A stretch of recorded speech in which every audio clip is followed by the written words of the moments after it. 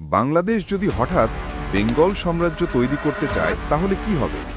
প্রথমেই বাংলাদেশ মিয়ানমারের রাখাইন রাজ্যে আক্রমণ চালাবে।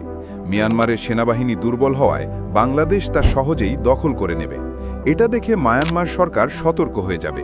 এখন বাংলাদেশ চীন রাজ্যে আক্রমণ চালাবে। শুরু হবে এক বিশাল যুদ্ধ। গৃহযুদ্ধে জর্জরিত মায়ানমার আত্মসমর্পণ করতে বাধ্য হবে। এখন বাংলাদেশের টার্গেট হবে পূর্ব দিকে থাকা ভারতের রাজ্যগুলোর উপর। কিন্তু বাংলাদেশ খুব ভালো করে জানে এখন ভারতে আক্রমণ করা ঠিক হবে না। তাই বাংলাদেশ চায়নার কাছে সাহায্য চাইবে। চায়না ভারতের উত্তর দিক থেকে আক্রমণ শুরু করবে। এই সুযোগে পাকিস্তান ভারতকে পশ্চিম দিক থেকে আক্রমণ করবে। এ দেখে বাংলাদেশ পশ্চিম দিকে থাকা পশ্চিমবঙ্গ দখল করবে এবং সেভেন সিস্টারের কিছু অংশ দখল করবে। সফল হবে। এখন ভারত আফগানিস্তানের সাথে হাত মিলাবে। তাই আফগানিস্তান পাকিস্তান আক্রমণ করবে। এ দেখে বাংলাদেশ চিকেন নেক আক্রমণ করে পুরো সেভেন সিস্টার দখল করবে। পাকিস্তান চাপ সামলাতে পারবে না। তাই চীন ও বাংলাদেশ পাকিস্তানে সাহায্য করবে।